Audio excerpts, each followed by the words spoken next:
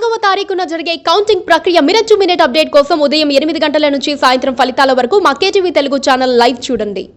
ఆంధ్రప్రదేశ్లో అధికారంలోకి రాబోయేది మేమంటే మేమంటూ వైసీపీ కూటమి నేతలు పోటాపోటీగా ధీమా వ్యక్తం చేస్తున్నాయి. కొన్ని సంస్థల చేత టీడీపీ తమకు అనుకూలంగా సర్వేలు చేయించుకుందని వైసీపీ అంటోంది. టీడీపీ సరిగ్గా అదే ఆరోపణను వైసీపీపై సంధిస్తోంది.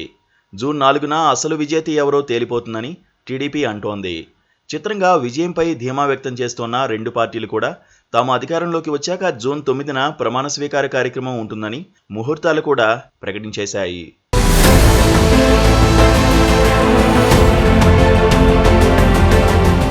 మే 13న పోలింగ్ ముగిసిన తర్వాత రాష్ట్ర వ్యాప్తంగా పోలింగ్ సరళిని సమీక్షించుకున్నారు జగన్మోహన్ రెడ్డి.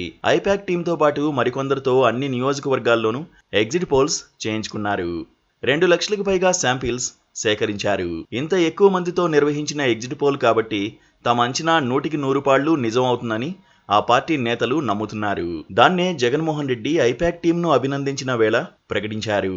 గత ఎన్నికల్లో వచ్చిన 151 స్థానాలను మించి విజయం సాధిస్తామన్నారు. 22కు పైనే ఎంపీ సీట్లు వస్తాయని జగన్ ధీమాగా అన్నారు. మరోవైపు టీడీపీ జనసేన నాయకత్వాలు కూడా ఈసారి విజయం తమదేనని ధీమా వ్యక్తం చేశాయి. తమ అనుకూల మీడియాలతో పాటు సొంత బృందాలతో సర్వేలు చేయించుకున్న టీడీపీ కూటమికి భారీ విజయం ఖాయమని, జగన్మోహన్ రెడ్డి పార్టీ అడ్రస్ గల్లంతు కావడం అంతే ఖాయమని అంటోంది. ఎవరూ ఊహించిన విధంగా అద్భుత విజయాలు సొంతం చేసుకున్నామని వారు నమ్ముతున్నారు. 5 ఏళ్ల వైసీపీ పాలనలో రాష్ట్రానికి రాజధాని కూడా లేకుండా చేశారని దుయ్యబట్టారు. తాము అధికారంలోకి రాగానే రాష్ట్రాన్ని ప్రగతి పదంలో పరుగులు పెట్టిస్తామని టీడీపీ అంటోంది. 5 ఏళ్ల తమ పాలనలో ఎస్సీ, ఎస్టీ, బీసీ మైనారిటీలతో పాటు నిరుపేద వర్గాలకు 2,74,000 కోట్ల రూపాయల నిధులను వారి ఖాతాల్లోనే జమ చేశామని వైసీపీ అంటోంది.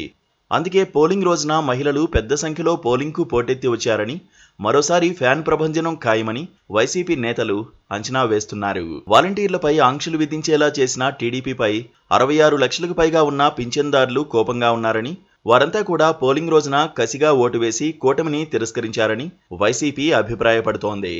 అయితే టీడీపీ లెక్క వేరేలా ఉంది. ప్రభుత్వం పట్ల ప్రభుత్వ ఉద్యోగులు, టీచర్లు, అంగన్వాడీ కార్మికులు తీవ్ర వ్యతిరేకతతో ఉన్నారని టీడీపీ అంచనా వేస్తోంది. వారంతా కూటమికే ఓటు వేశారని టీడీపీ భావిస్తోంది.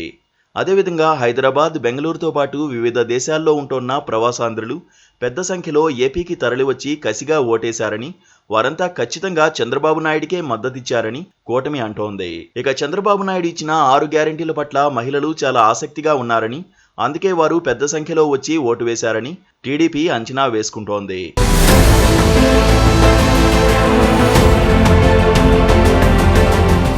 అటు వైసీపీ అయినా ఇటు టీడీపీ అయినా ఇలా ధీమాలు వ్యక్తం చేయడానికి కారణాలు ఉన్నాయంటున్నారు రాజకీయ పండితులు. తమ పార్టీయే అధికారంలోకి వస్తుందన్న భావన బాగా ప్రచారంలోకి వస్తే పార్టీ శ్రేణుల్లో ఉత్సాహం ఉరకలు వేస్తుందని, ఓట్ల లెక్కింపు రోజున కార్యకర్తలు పట్టుదలగా పనిచేస్తారని వారంటున్నారు. అదే తమ పార్టీ అధికారంలోకి వచ్చే అవకాశం లేదని అనిపిస్తే ఓట్ల లెక్కింపు పూర్తయ్యే వరకు కార్యకర్తలు ఉత్సాహంగా పనిచేసే పరిస్థితులు ఉండవని అంటున్నారు. అది ప్రత్యర్థులకు కలిసొస్తుంది కాబట్టే ఎవరికి వారు ధీమాలు వ్యక్తం చేస్తున్నారు అన్నది వారి వాదన. ఎవరి అంచనాలు ఎలా ఉన్నా గెలవబోయేది ఎవరో జూన్ 4నే తేలుతుంది.